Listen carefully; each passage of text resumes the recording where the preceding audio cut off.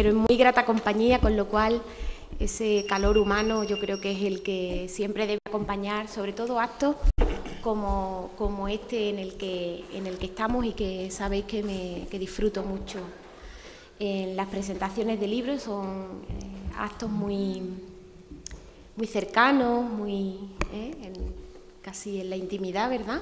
Y nos permite pues disfrutar de una tarde de literatura, de cultura en esta ciudad de la cultura, en este Teatro Salvador Távora. Así que bienvenidos. Quiero darle un saludo muy especial, por supuesto, al autor, al protagonista de esta tarde, a Paco Huelva.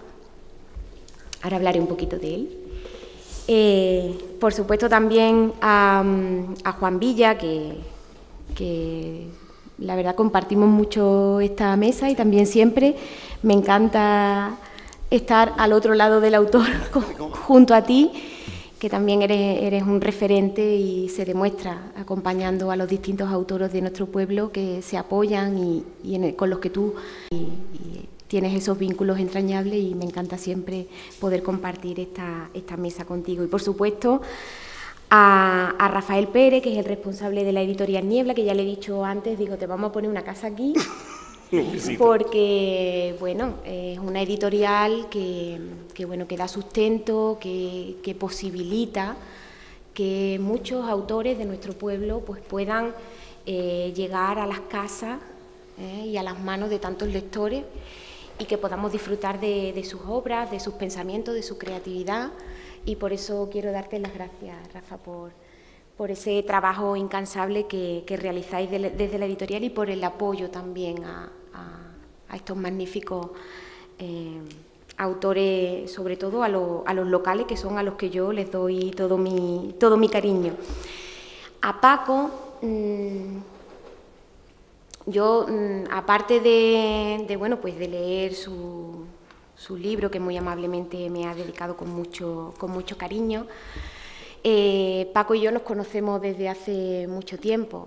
Yo sé que ellos lo van a presentar, pero me van a permitir que tenga unas palabras, porque es la primera vez que tengo la oportunidad de acompañarlo en la presentación de un libro suyo, además aquí en su pueblo. Todos lo conocéis, Paco es de Almonte, pero como también están las cámaras por aquí, pues también le hablo un poquito a la gente que nos verán desde casa y que podrán en un momento dado pues interesarse por este libro tan entretenido.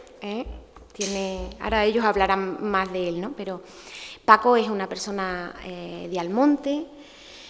He tenido la oportunidad de conocerlo en el ámbito profesional, y eso ha hecho pues que estrechemos pues lazos también de amistad, porque hemos tenido momentos de nuestras vidas donde hemos compartido, pues por ejemplo, en la Diputación Provincial. Ambos fuimos diputados provinciales en la misma legislatura, nos fuimos el mismo día los dos antes de que acabase la legislatura, por distintas razones, pero coincidimos en esa etapa y pudimos mantener esa amistad. Y luego Paco es una persona que, aparte de su cuestión literaria, de su afición, de su capacidad, de su talento para escribir, es un profesional, como sabéis, de la seguridad. Aquí fue jefe de la policía de Almonte, con lo cual ya venía entrenado de los grandes acontecimientos que supone organizar pues eventos tan importantes como la romería, pero ahora, como todos sabéis, es responsable del 112 en Huelva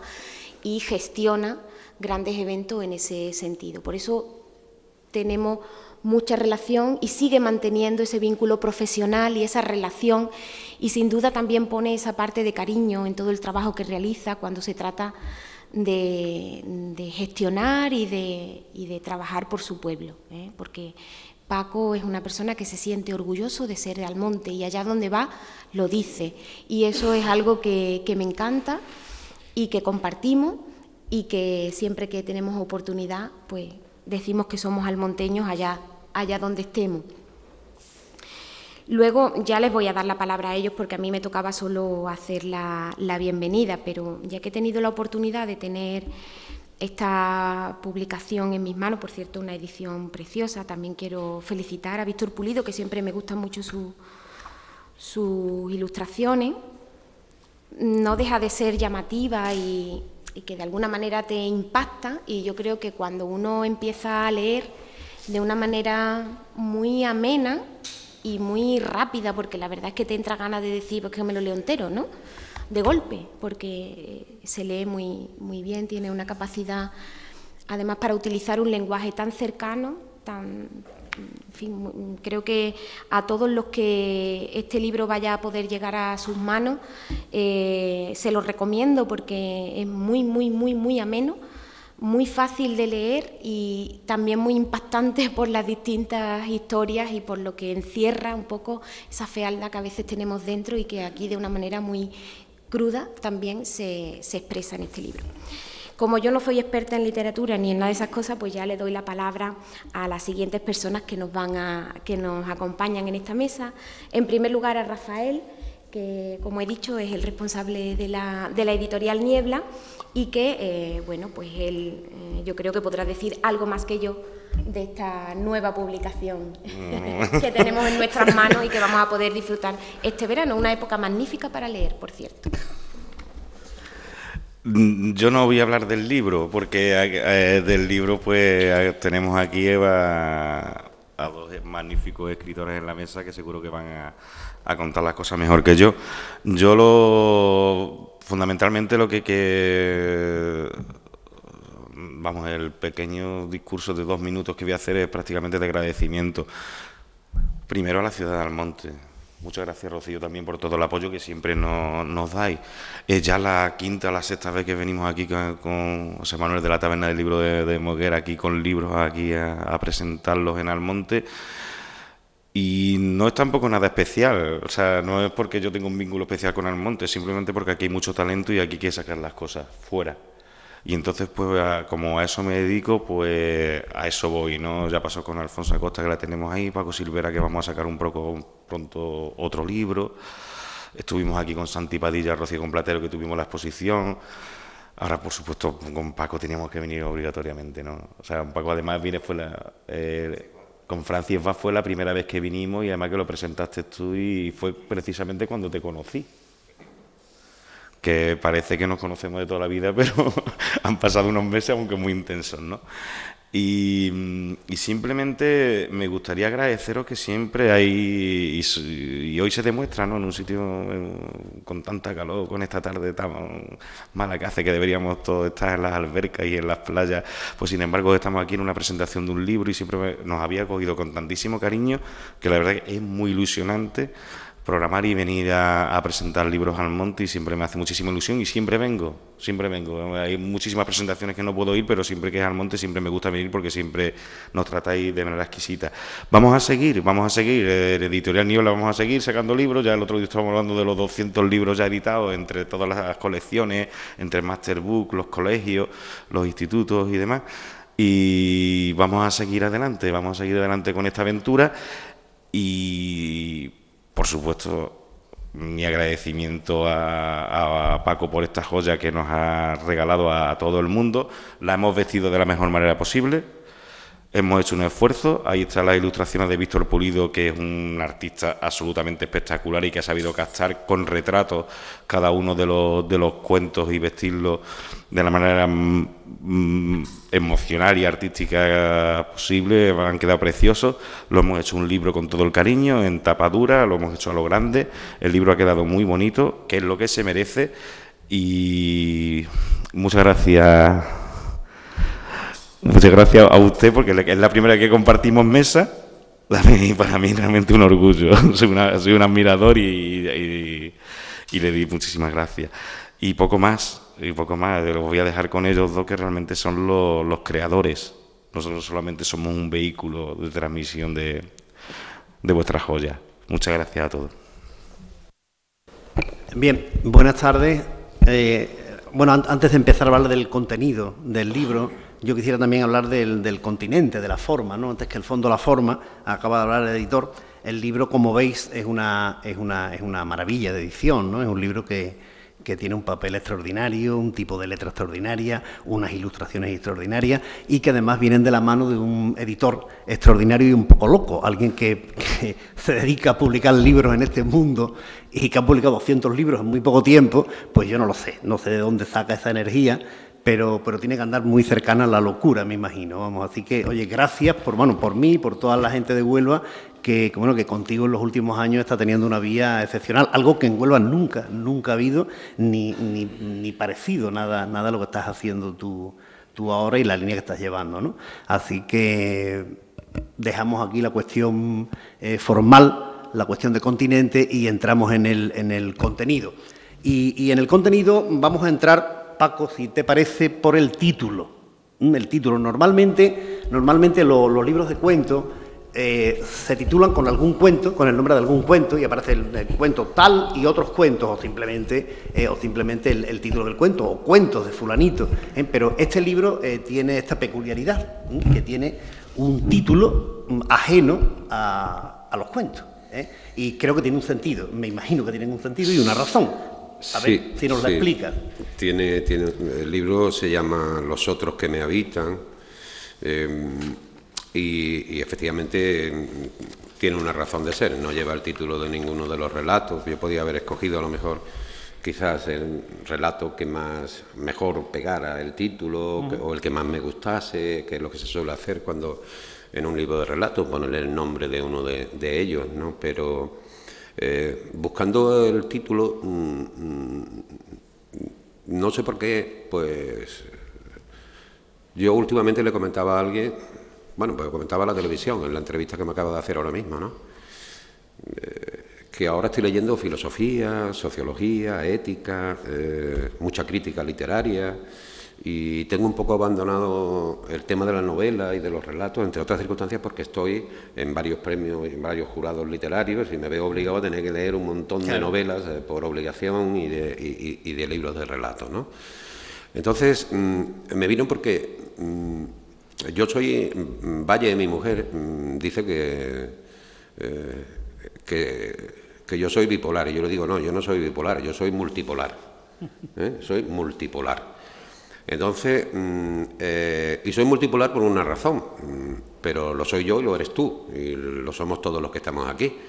Somos multipolares porque dentro de nosotros tenemos una infinidad de comportamientos que sacamos según haga sol o esté lloviendo, o según nos levantemos con el pie izquierdo o el derecho, o estemos ofendidos por algo, o estemos alegres, o hayamos bebido o no hayamos bebido. Por tanto, dentro de nosotros hay un montón de personas. De entrada, somos multipersonas, ¿no? Y luego, aparte de eso, si encima en algún momento de tu vida te pones a desarrollar personajes, a perfilar personajes concretos, esos personajes empiezan a vivir en ti, con lo cual ya el caos es absoluto, porque ya la locura que tú ya traías de por sí antes, ahora se le suma ese montón de personajes que tú estás inventando, que estás creando, que estás perfilando, y entonces, claro, se convierte uno en ya no sabe qué. Ya no sabe qué. Entonces ya la urbanidad, el sentido común es lo único, la urbanidad y el sentido común es lo único que te mantiene estable en ese bullicio que hay en tu cerebro, ¿no? Porque uno absorbe todo aquello que lee y además todo aquello que idea y que crea. Y de ahí el título Los otros que me habitan, porque yo no sé quién ha escrito el libro, qué parte de mí ha escrito el libro. Evidentemente, cada uno de los relatos ha sido escrito por una parte de mí, ¿no? Y de ahí el título del libro, Los otros que me habitan, que son los que me componen, ¿no? Sí. Bien, vamos, que imaginaba que la cosa iba por ahí, ¿no? De todas maneras, tú estás hablando de muchos personajes, de muchas influencias, de muchas historias. Sin embargo, en el libro está compuesto por 12 relatos. Yo creo que hay que no están tan divorciados los relatos. Creo que ahí has hecho una labor, ahí se ve una labor original de localizar, digamos que elementos comunes que le den sentido a la totalidad, ¿no? Sí. Entonces, ¿cuál es el criterio que te ha llevado a escoger estos 12 relatos y no otros 12 relatos cualquiera? El criterio, verás, este libro con ese título se conformó con 35 relatos. 35. Yo ya he dicho, algunos lo habréis escuchado, porque lo he dicho en la televisión de Almonte, Yo tengo ahora mismo 312 relatos, terminados, acabados. Una buena. Sí, una buena cantidad de relatos. Entonces, cuando nos pusimos, Rafa y yo, de acuerdo ya nos llamábamos uno a otro y tal, no sé cuánto, no sé qué, pues de esos 312 relatos elegí 35. No sé por qué el número de 35, pero 35 relatos. Y cuando los tenía empaquetados, los repasé, los tal, no sé cuánto, los empaqueté y se los envié a Rafa. Le envié el libro con los 35 relatos y con el título que tiene. Pero al día siguiente llamo a Rafa y le digo, Rafa, olvídate de lo que te he dado. ¿Por qué? Porque no me gustaba, no acababa de casar bien los relatos, había relatos urbanos y relatos rurales. Y me di cuenta que el lector, eso al lector lo iba a despistar. O me quedaba, aunque son relatos urbanos, pero no del centro de la ciudad, del extrarradio, aunque son relatos urbanos, pero del extrarradio, ahí donde está la pobreza, la singular, y todo lo que trae eso en sí, aunque está en tal, pasar de lo rural, de un relato rural a un relato urbano y a la inversa y tal, no sé cuánto, se me perdía el hilo conductor. Entonces, de la única manera que tuviera una tónica general es decidí escoger no la parte mayor, sino la parte menor, que me parecían que eran más impactantes, ¿no? Porque algunos de los relatos son duros, como tú bien sabes, ¿no? Entonces, digo, pues me voy a quedar con los relatos rurales, nada más que con los relatos, aunque sean 12, aunque el libro sea más pequeño, me da exactamente igual. Lo que quiero es que tenga una homogeneidad. La homogeneidad está buscado en que son relatos rurales en una aldea, que no se cita, que no tiene nada que ver con Almonte, que no tiene nada que ver con tal, que puede estar situada en cualquier lugar y tampoco hay tiempo, como tú habrás visto, no hay tiempo en los relatos, no se cita el tiempo. Se concreta, ¿no? No se concreta ningún tiempo, ¿no? Entonces he quitado el lugar y el tiempo en cada uno de los relatos. Y entonces los relatos el libro ha quedado como más universal, porque es aplicable a un pueblo, a una aldea de la Sierra de Aracena, como yo digo, al Monaster, que tiene 19 aldeas, una aldea del Monaster, o el antiguo poblado de Cabezudos o de Bodegones, por ejemplo, el poblado de Cabezudos y Bodegones. Estos relatos podían haber pasado perfectamente en ese poblado, o en un poblado de la Pampa Argentina, por poner una zona extensa donde para llegar a una zona cosmopolita o a una ciudad, pues hay un tranco, ¿no? Como se suele decir aquí en Almonte, ¿no?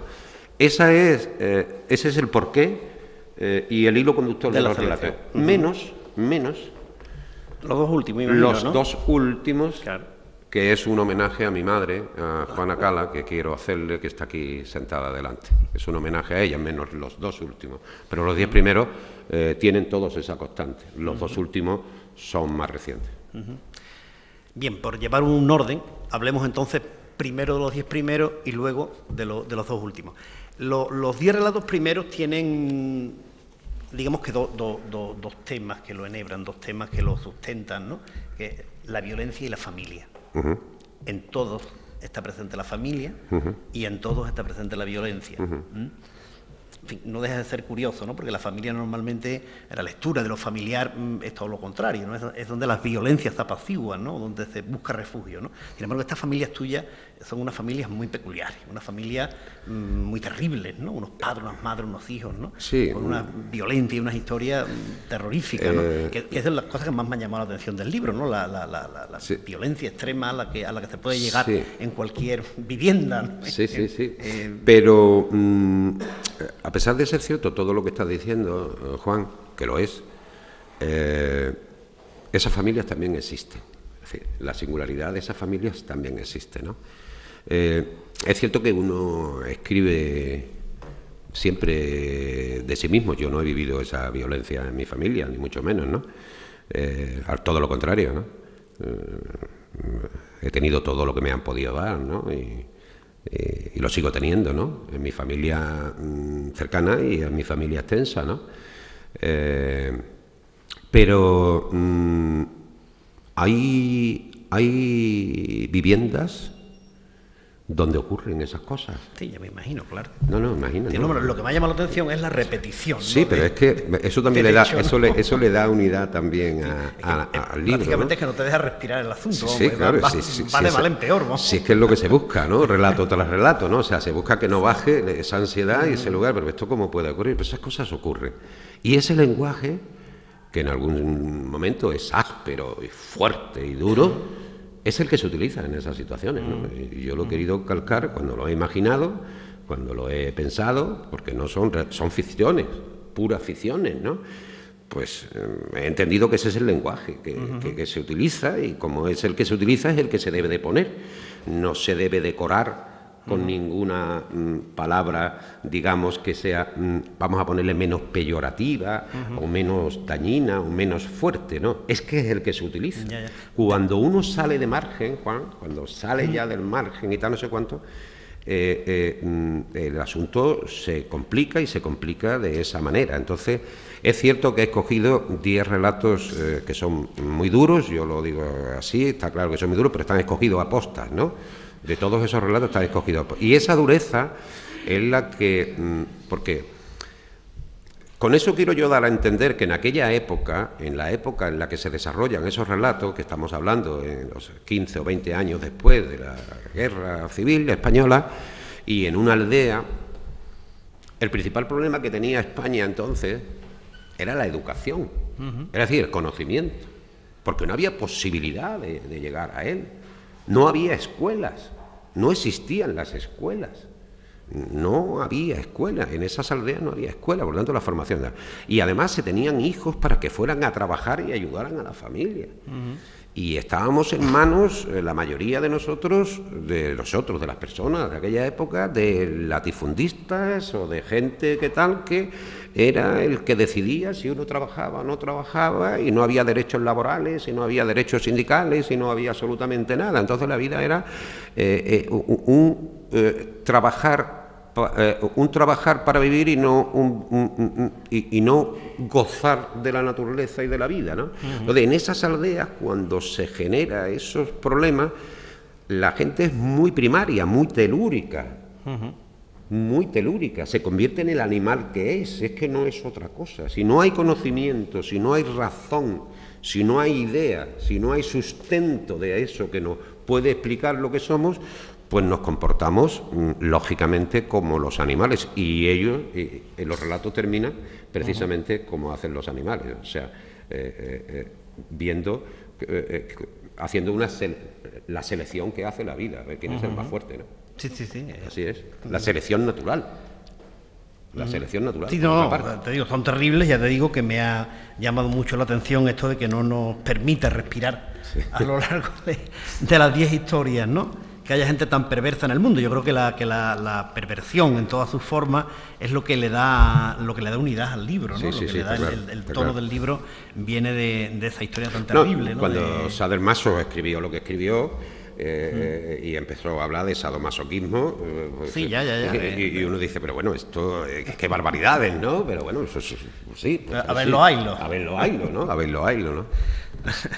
Bien, pasando ya a aspectos más, digamos, más formales de los relatos, hay una proza muy eficiente, muy fluida, unas historias que se hilan muy bien, que se llevan muy bien, que son muy cómodas de leer, y que también se rastrean en ella. Digamos que tus cuentos son muy literarios, en el sentido de que se insertan en una tradición o en unas tradiciones concretas, ¿no? Entonces hay una serie de marcas por ahí, no sé si, me imagino que marcas, como todo el mundo tiene marcas conscientes e inconscientes, ¿no? Tenemos todos nuestros referentes a la hora de escribir, ¿no? Yo veo mucho a Rulfo. Seguro. Veo mucho a Rulfo en Petición, seguro. En Un hombre de honor. Concretamente, es muy Rulfo. Sí, está Rulfo. Está Rulfo. Este mundo de violencia contenida, ¿no? Este mundo oscuro, sin esperanza. Entonces, quería que me corroborara. Sí, eso sí, Comala y no hay un acercamiento muy claro a este tipo de literatura tan fuerte, ¿no? de Juan Rulfo. Luego hay un cuento, concretamente Extrañas Leyes, que también me recuerda mucho a Borges. Sí. También, ¿entiende? También está Borges. Está Borges, vamos, que no te privas, privas de nada, vamos, te vas por todos los grandes maestros. No, está Borges ahí, porque lógicamente, verás, yo hago en la Universidad Internacional de Andalucía, hace ya, creo que aproximadamente 8 o 10 años, viene Brice Echenique. Hay gente que dice Bryce, yo leo Brice Echenique. Viene Brice Echenique a hacer un seminario de literatura y se trataba de hablar de Rulfo, quiero decir, el seminario iba sobre Rulfo y Julio Ramón Ribeiro, ¿no? Este último, porque Rulfo, a pesar de sus 2 libros, El Llano en Llamas y Pedro Páramo, pues se ha convertido en un escritor universal, conocido por cualquiera que sea aficionado a la literatura e incluso no. Y yo creo que no necesito escribir absolutamente nada más, porque con esas 2 obras se ha convertido en... Ya quisiéramos.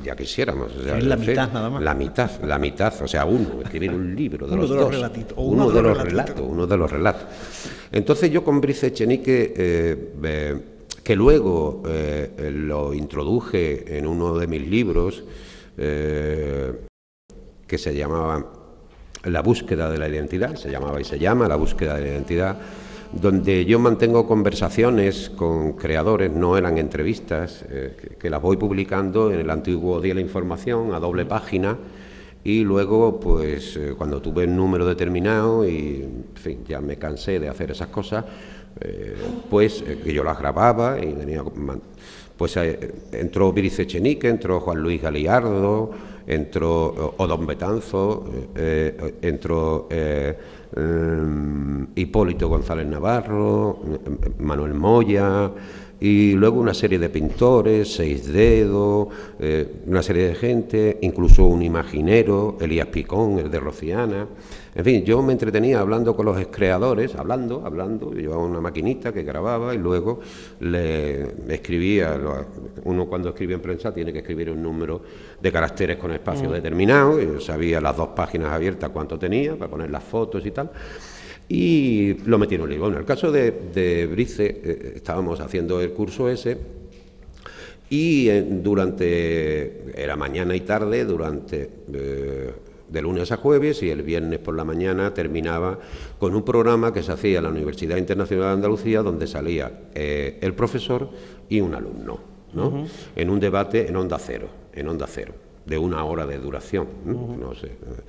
El caso es que Brice, pues además entiende por su cuenta que tengo que ser yo el alumno que le acompañe, ¿no? Y a partir de ahí, pues Brice y yo pues hemos estado escribiendo. Nos hemos visto otra vez de la que vino, ¿no? Pues el caso también me pasa eso, porque además estuve en tu casa y te lo presenté con Dominique Lapierre, ¿no? Que tengo una relación bastante estrecha, ¿no? Estuve en tu casa con él, ¿no? Sí, recuerdo. Y que ha estado aquí en Almonte varias veces y siempre me llama cuando viene y yo la acompaño, a él y a su mujer. Total, el caso es que con Brice pues también... Y en aquel seminario, pues uno estudió cuál era la forma de trabajar de Rulfo. Además, nos ponían los cuentos, los relatos de Rulfo, nos lo ponían en un CD para que leídos por él. O sea, no es lo mismo que tú leas que escuchar esa voz lenta, indianada, ¿no? Sí, magnífica la lectura, ¿no? De nada que tiene Rulfo, de leer y de pausar, donde tú no haces la pausa, porque nuestras pausas con Latinoamérica son completamente diferentes, ¿no? Entonces, yo salí de allí y Ribeiro, que normalmente no escribe de lo rural, porque Rulfo sí escribe, Ribeiro escribe más de la ciudad, aunque del extrarradio, es decir, del extrarradio. Y de la finca fuera. De la otra parte que yo he sacado de este libro. Cuando yo termino de hacer ese seminario, porque yo escribo por rachas, yo no sé exactamente cómo lo hacen los demás, Solo escribo ordinariamente los artículos que tengo que enviar a la prensa porque estoy obligado a las 9 de la noche, y eso el amigo Paco que está aquí, articulista también en varios periódicos, lo sabe perfectamente, que tiene una fecha para entregar el artículo y tiene que estar en edición pues a las 9 de la noche del día anterior que se vaya a publicar el periódico. Entonces, eso es lo que... La pluma me la mantiene a mí caliente las columnas. Periodismo. Las columnas, porque además yo intento hacer columnas literarias, ¿no? O algo bastante literarias, ¿no? Y eso me mantiene la pluma. Pero luego las rachas de la escritura no sé cuándo me aparece. O sea, ni cuándo va a aparecer, ni puedo buscarla. O sea, es que no puedo buscarla. Yo me dedico a leer, a leer, a leer, y llega un momento en que paro de leer... Y escribe. Y escribo, pero es que me tiro escribiendo 20 días o 30 y la cosa se para, el río se seca, la fuente tal, no sé exactamente por qué razón, y yo pues empaqueto aquello allí, lo dejo que repose y luego ya veremos, ¿no? Pero yo escribo por racha. Bueno, pues llegó un momento, pasado un año o cosas así, que yo volví a leer por apetencia. A mí me gusta releer ciertos libros, igual que todos, ¿no? Porque son obras maestras. Leo nuevamente el Llano en Llamas y Pedro Páramo y me pongo a escribir y me salen todos estos relatos del tirón. Evidentemente que está Rulfo ahí, claro que sí, claro que sí, porque está la esencia de Rulfo, está ahí. Ya quisiera yo parecerme a Rulfo, ¿no? Bueno, pero evidentemente está Rulfo ahí. Y Borges sí que está también porque yo soy un lector de Borges de toda la vida, la obra borgiana me la conozco muy bien.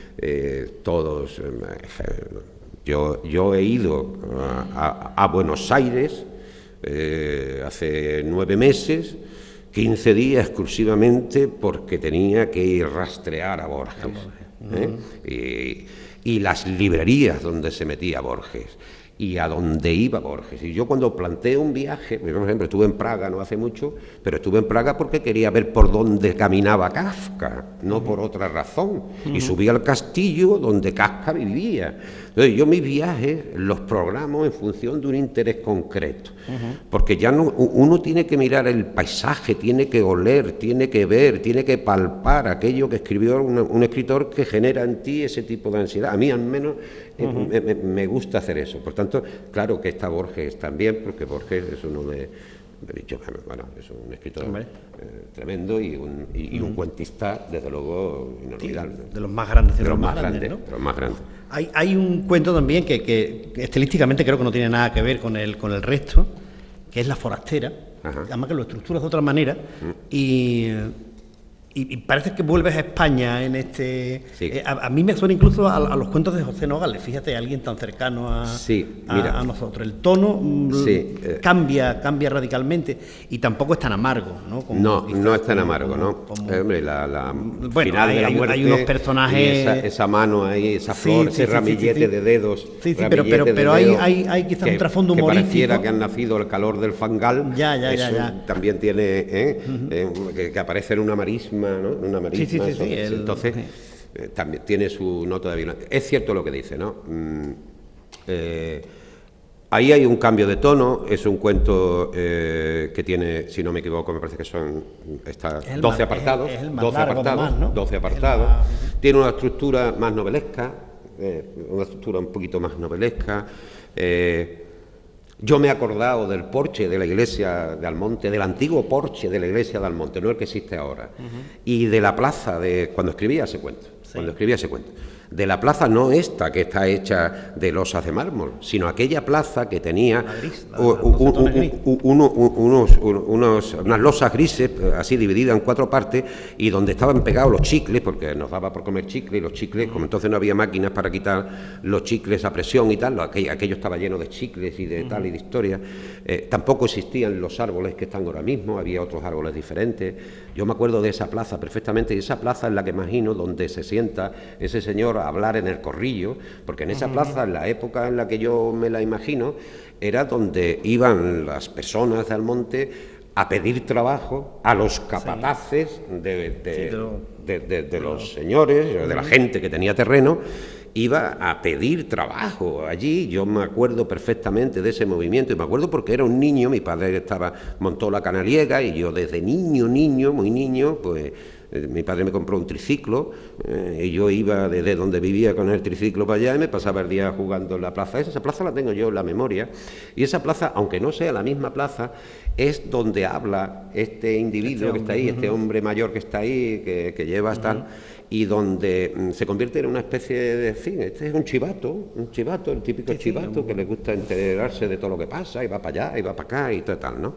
Entonces, de alguna manera, el rastro de ese cuento está ahí, y sí es cierto que puede estar en Nogales. ¿Por qué? Yo he leído la obra de Nogales completa. Nogales sigue siendo un gran desconocido para la mayoría de la gente, desgraciadamente, ¿no? Como otros tantos escritores, ¿no? Que terminan haciendo una obra impresionante y que luego terminan en el olvido, ¿no? Y se me viene a la cabeza pues Juan Delgado, que murió hace 3 o 4 años, uno de los grandes poetas de la Sierra de Aracena, impresionante, que si no es por el esfuerzo que hace Manuel Moya al recopilar toda su obra no sale, y en fin, muchísima gente, como tú sabes, pero sí puede estar Nogales porque yo me he leído todos los libros de Nogales. Vamos, por tanto, puede estar, esto del sonido de los cuentos es muy subjetivo, como tú bueno, comprenderás, ¿no? Sí, pero bueno, pero que puede estar de alguna forma, bueno, y además que me agrada, ¿no? Porque lo que tú dices, que Nogales es un escritor muy desconocido, ¿no? Muy desconocido, sí. De Huelva, aparte de un gran periodista. Bueno, sobre todo, ¿no? Aparte que fue uno de los grandes periodistas, ¿no? Y tiene cuentos muy importantes. Muy importantes. Tiene cuentos muy importantes.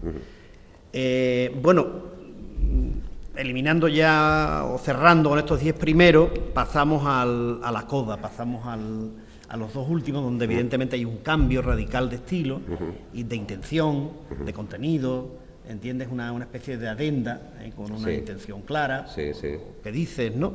Y bueno, pues creo que podías comentar un poco cada uno de estos cuentos, ¿no? Sí, el primer cuento que se llama El niño del olivar, y que yo le voy a pedir a mi amiga y escritora, poeta y narradora que está aquí, Alfonso Acosta, que salga a leerlo, que podría salir ya. Rafa, ¿le puedes dejar el sitio a Alfonso, por favor? Podía salir y leerlo y ahora lo comentamos, ¿vale? Bien. Alfonso, quiero que lo lea ella porque le va a poner un tono más adecuado que yo, ¿vale? Las voces de las mujeres siempre son más bonitas.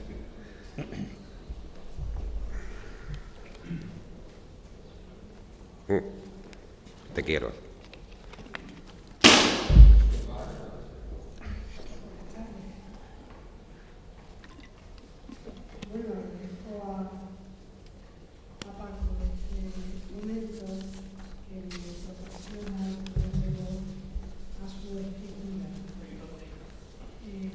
Acércate al micro un poquito.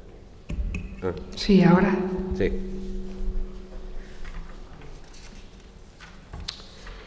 El niño del olivar. Perdona, va para ti. Para ti. Que va para ti, el cuento. Sin sombra aún, 2 mulas y un burro caminan hacia el olivar. Sobre los serones, 3 hombres y un niño mueven ateridos cuerpos al compás inverso del lento tranco de las bestias.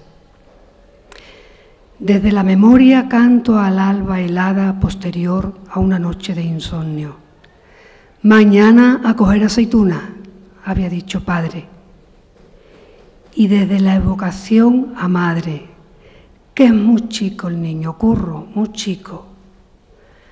Alpargatas de largas cintas amarradas a los bajos de un viejo pantalón de padre, lleva el niño chico camino del olivar. Pañuelo bajo la gorra, que no calma el frío intenso, zahones sobre el rehecho pantalón, calcetines de lana agujados por madre bajo las alpargatas y para el olivar.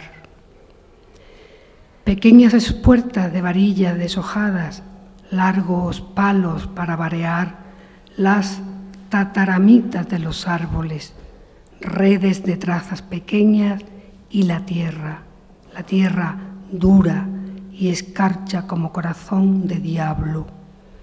Que es muy chico el niño, Curro, muy chico.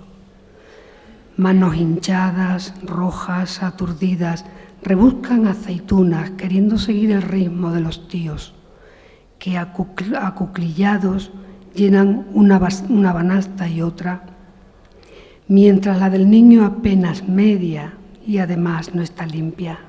Date prisa, coño, y no cojas las hojas ni te pongas de rodillas, niño, que se te van a helar las rodillas, joder, dicen en el olivar. Olor a tierra mojada, ruidos de palos que cimbrean en ramadas, olivas que caen por aquí y por allá, un sol que se asienta en el horizonte, los animales que pastan sueltos, un perro que es un puro ladrar, gorriones, chamarices, verderones y hasta una colorida abubilla con un pico largo, muy largo. Y el niño, aprendiz de hombre, triste, muy triste y desorientado en el olivar. Que es muy chico el niño, Curro, muy chico. Muchas gracias, Ya, José.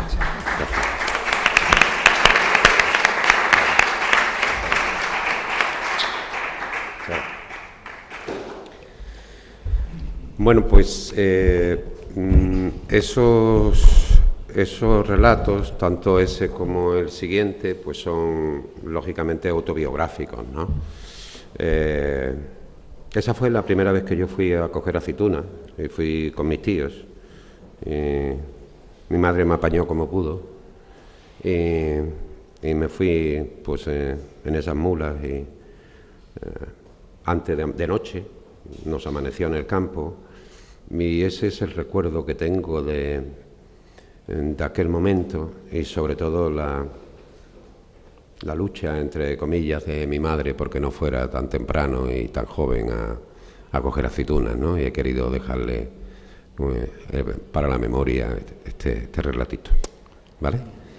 Y el otro relato, curiosamente, también es un relato más dulce, ¿no? Porque es un relato sobre la vivienda de nuestra familia, sobre la última vivienda, ¿no? Esa vivienda que la mayoría de vosotros sabéis que, bueno, está enfrente del cuartel de la Guardia Civil en este momento y es un solar, ¿no? Y yo cada vez que la miro no veo el solar. Yo sé que es un solar, pero yo no veo el solar ni puedo ver que es un solar porque allí crecimos, allí vivimos, allí tuvimos nuestra primera televisión. Allí nos levantó mi padre en una noche para ver un campeonato del mundo de boxeo en la televisión que se había comprado de Cassius Clay contra no sé quién, no me acuerdo. Y allí estaba ese patio donde nos bañábamos en verano con la goma. Y allí estaban esas habitaciones donde dormíamos y allí estaban los sueños que luego pudimos llevar a efecto o no cada uno de los que allí vivimos y allí estaba todo y ahora no, la gente dice que no hay nada, pero allí está todo, allí sigue estando todo, ¿no? Y ahora hay un cartel que se pone "se vende", ¿no? Pero tal como termina el relato, efectivamente nadie podrá tasar el verdadero valor, ni podrá pagar nunca, por mucho que pague, el valor que tiene ese cuadrilátero de tierra que hay allí, porque nadie podrá comprar tanto silencio cuando fue necesario y tanta alegría cuando fue necesario. Bien, bueno, yo creo que podías elegir algún cuento de estos 10 primeros, uno que no asuste demasiado, para no chocar con el que ha ido Alfonso, pero bueno, coge unos suavitos, ¿no? Y yo creo que así puede tener, bueno, pueden tener una idea clara de lo que es este libro tuyo, ¿no? Bueno, voy a leer un relatito. Todos los relatos son pequeños, no son relatos largos, ¿no? Yo, en primer lugar, que no me he pronunciado en eso antes de empezar a leer, quiero agradecerle al Ayuntamiento de Almonte y a Rocío Espinosa en particular, que me acoja siempre en este pueblo, ya sea profesionalmente o en este caso también como me acogéis, ¿no? Y esta es mi casa, lo ha sido siempre. Se lo decía a José Manuel Chasca el otro día, y se lo dije en el camino de Almonte, cuando llegó el sin pecado, ¿cómo se llama? El punto que hay antes de entrar en el Rocío, al arco mariano. Se lo dije en el arco mariano.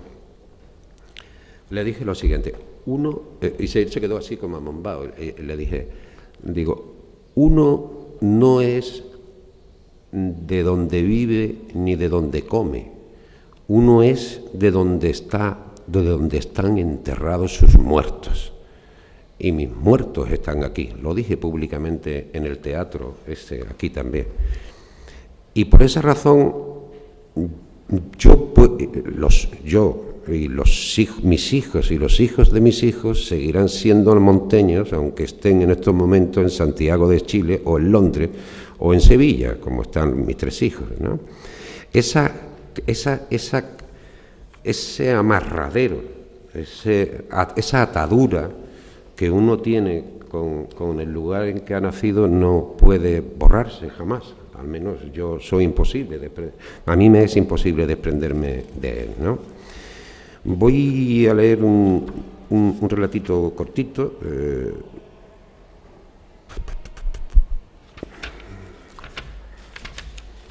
De los que no den miedo, ¿no? De los suaves. Todo da miedo, todo da un poco de miedo, ¿no? Voy a escoger uno cortito aquí, La forastera, no, que no lo acabo de encontrar.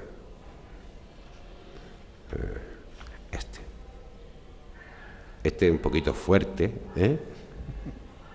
y no asustaros, pero la literatura es así, solo es literatura. La palabra no hace daño, lo que hace daño son los actos, los hechos, La palabra es solo palabra, ¿vale? Se llama Extrañas leyes, ¿vale? Y es muy cortito, tiene una página.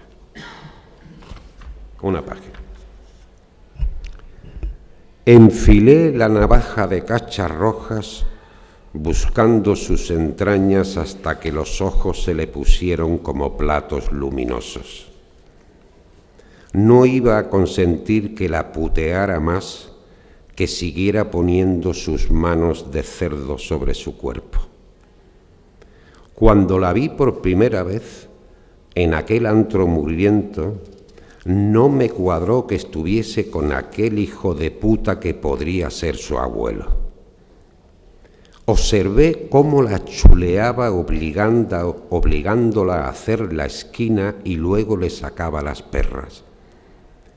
Solo me he acostado con ella una vez, pero no iba a consentir que ese mamón de mierda la manoseara más, que le robara lo que sacaba chingando toda la noche con quien se terciara.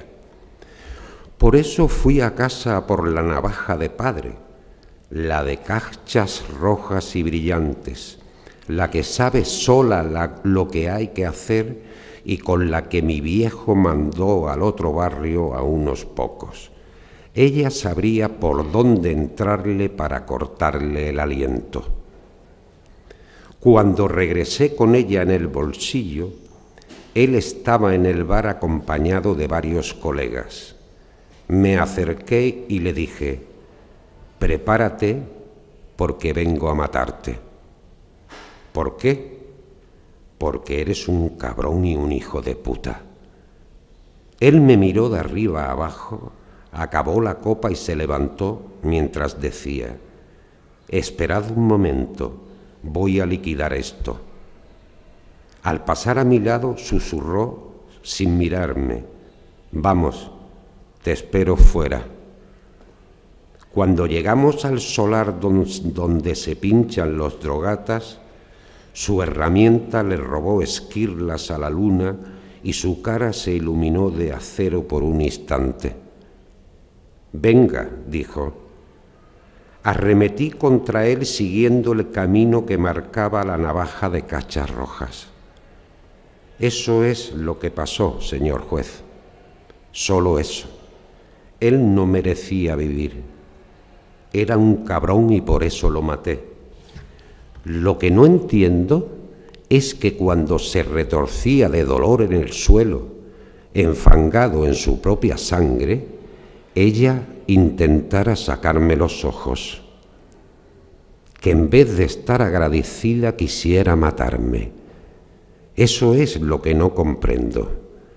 Por lo demás, no me arrepiento de nada. Lo haría otra vez si fuera necesario, aún sabiendo, como sé ahora, que no era un chulo normal, que era su padre, que fue su propio padre quien la metió en el negocio.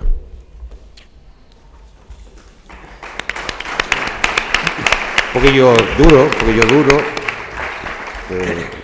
duro, ¿no? Sí, un poco terrible. Verás, uno también se mueve un poco en el límite, ¿no? En algunos momentos, ¿no? O sea, yo casi en mi vida he estado siempre viviendo al filo de la navaja, ¿no? Uno se puede caer hacia un lado o se puede caer hacia otro, ¿no? Yo creo que casi todo, la vida es un poco eso, ¿no? ¿Ibas a preguntar algo? No.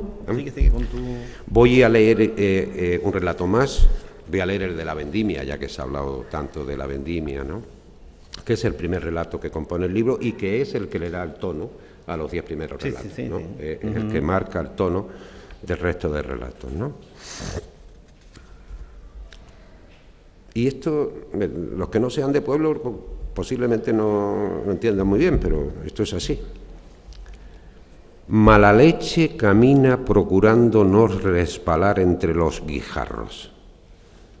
A Cabezón no le gustan los vaivenes que da Malaleche porque se parecen a los de las cunitas de feria.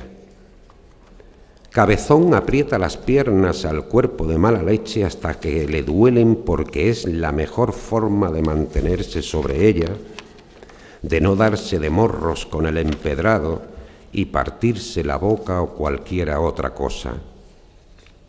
Siempre ha pensado que Malaleche busca tirarlo a posta y que cualquier día, mientras lo intenta, se tropezará de verdad y se irán ambos al suelo junto con el serón y todos los arreos. Cabezón tiene miedo a despeñarse y verse esparcido en la calle porque no le gusta que la gente se mofe de él.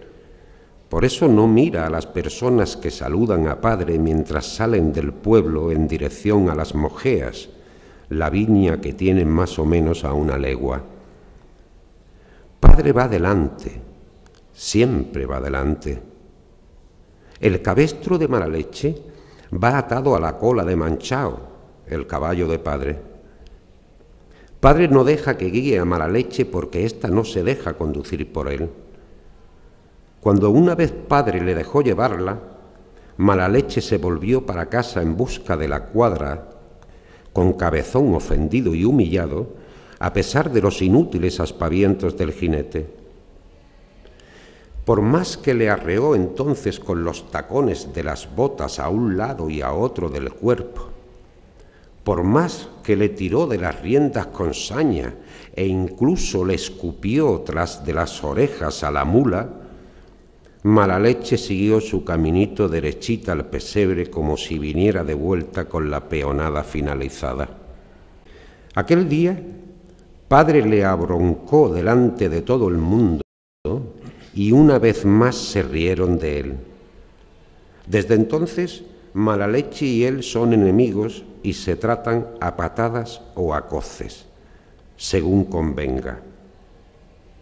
Al llegar a las Mojeas, Padre le dice que desmonte, que vaya desaparejando a los animales, que los trabe y que los deje sueltos en la finca del Quemao. Como siempre, Padre delante y mandando. Cuando regresa, Padre ha extendido un plástico en el suelo y anda vendimiando como si le persiguiera el demonio. Padre hace siempre las cosas muy rápido, como si tuviera prisa por acabar o por morirse. Cabezón tampoco entiende esto de Padre, pero no dice nada y le deja hacer a su antojo. Cuando Padre lo ve de regreso, le grita y le pregunta qué cojones hace, que coja la espuerta y se ponga a vendimiar en el liño de al lado. Cabezón agarra la banasta de varetas de olivo que hizo el abuelo antes de morir y que él derramó una a una con la navaja, dejándola perfectamente escamondada si se acerca a la hilera paralela. Mira a padre la refriega que tiene con las plantas y también a la extensión de la finca, como valorando la tarea que tienen por delante y que sabe no finalizarán.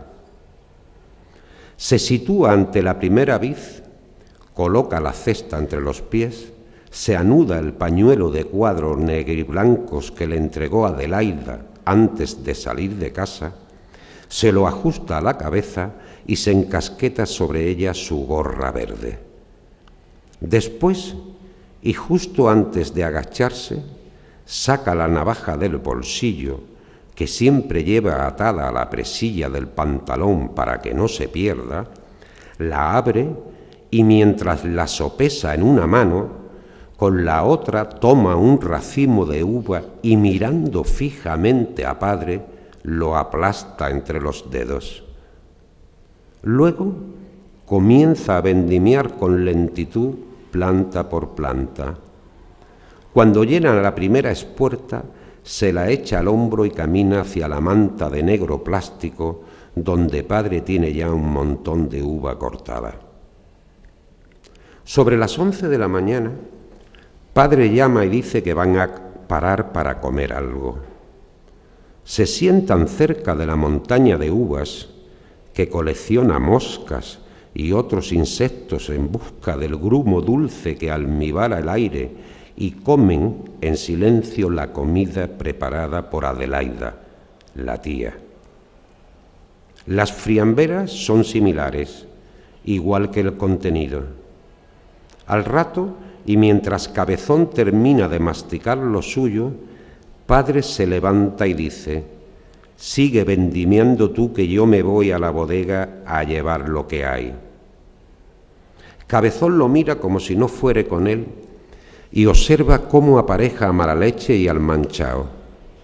Luego de cargar ambos serones, y mientras Cabezón vendimia, recubre ambos capachos con un cobijón, los ata al cincho de cada animal y principia a caminar con ambas bestias de reata, buscando el camino del pueblo, no sin antes decir: «No te vayas a quedar dormido ahora, a ver si cuando venga hay ya para otra carga».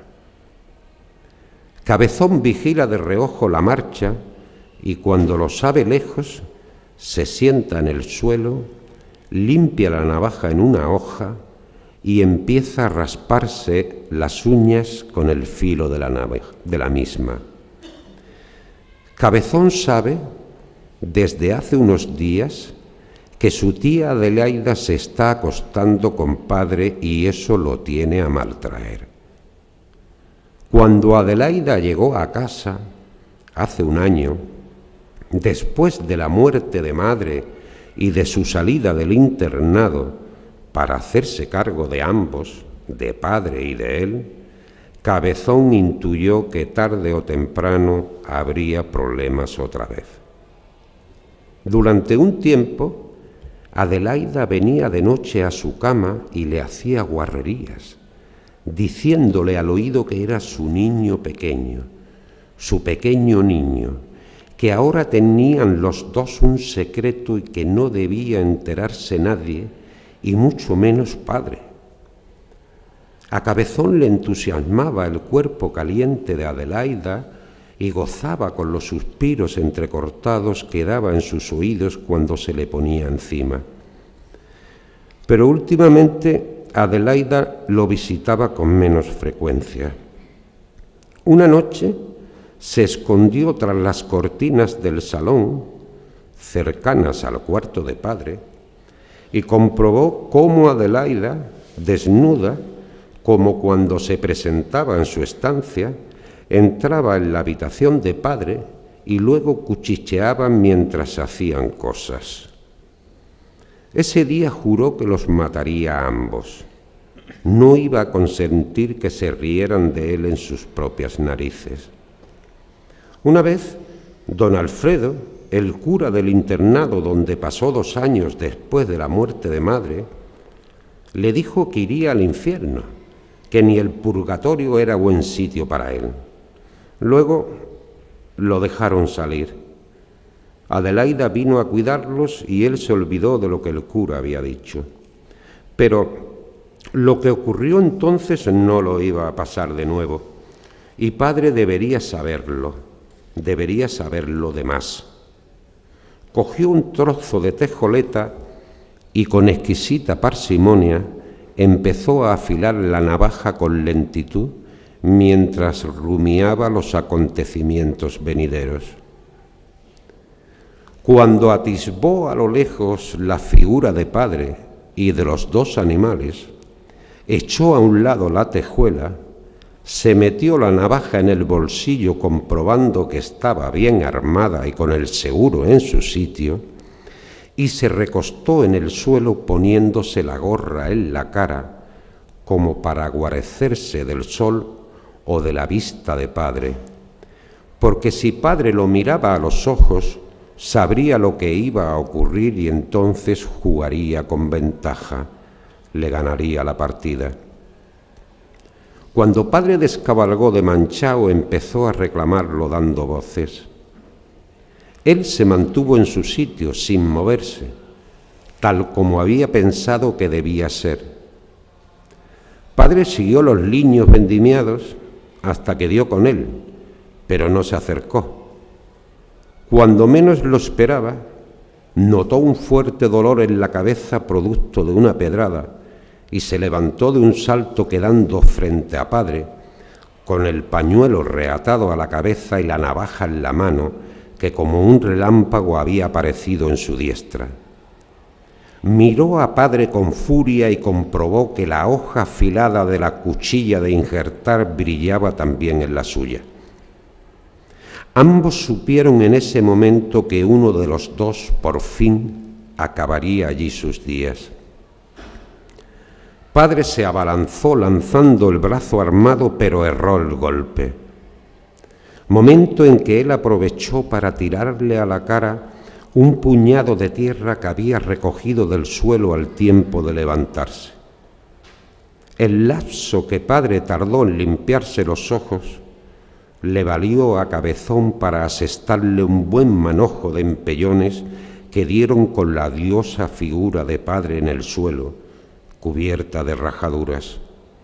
Luego, mientras padre se olvidaba de la vida, él le recordó que no debió matar a madre porque le hiciese compañía en la cama. Tampoco hizo bien al convencerle para que dijera a la policía que había sido él quien la mató en vez de padre. No debió hacerlo, no, pero lo hizo, y él se dejó llevar jurándolo ante madre muerta. Ahora las cosas estaban en su sitio, donde debían estar. Cabezón esperó a que agonizara mirándolo de frente, y luego se metió la navaja en el bolsillo y encaminó los pies hacia el pueblo. Al descabalgar la aldaba y abrir la puerta, Adelaida se asomó al pasillo desde la cocina. Por un instante, cuando le vio solo y sin padre, los ojos de Adelaida dieron fe de todo lo que había sucedido en el interior de las paredes de esa casa y de lo que de inmediato iba a ocurrir. Bien.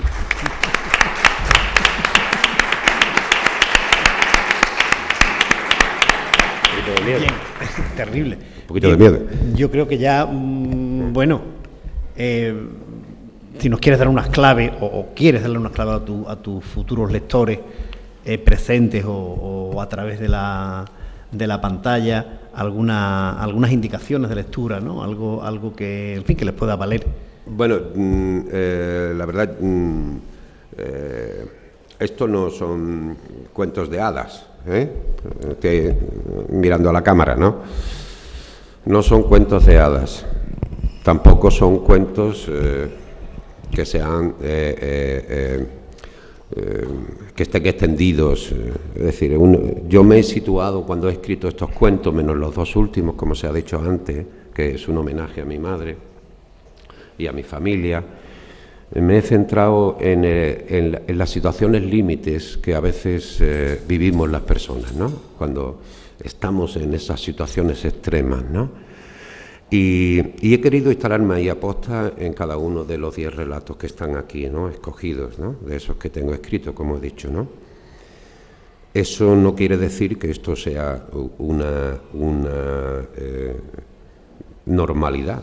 Precisamente lo que destaco es la normalidad, ¿no? Lo que intento destacar es la normalidad. ¿Por qué se llega a esos extremos? Pues creo que empecé diciéndolo. Se llega porque no tenemos una educación adecuada, porque hay lugares, incluso teniendo la posibilidad de desarrollar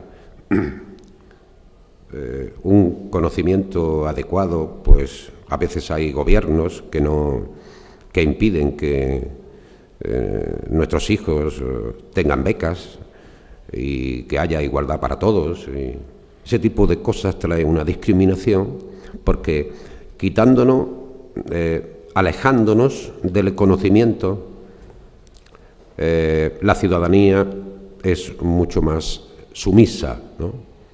Y hay personas que dirigen pueblos en el mundo, en todo el orbe, que precisamente utilizan ese arma, el desconocimiento, ¿no? Y yo me he querido situar en estos relatos en esa situación donde estoy convencido que con instrucción, y no militar precisamente, con instrucción se podría mejorar muchas situaciones que todavía quedan, y hay lugares en donde no llega ni la educación, ni la sanidad, ni nada. Todavía existen lugares de ese tipo y, por tanto, volvemos a lo atávico, a lo telúrico, volvemos a lo primario, a lo que somos, animales no instruidos. Por tanto,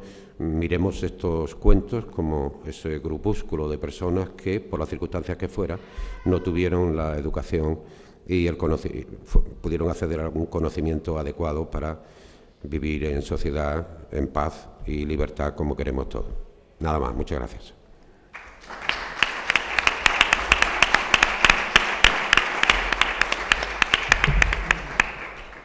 Bien, si alguien quiere preguntar algo para cerrar, lo has explicado muy bien, Paco, no creo que...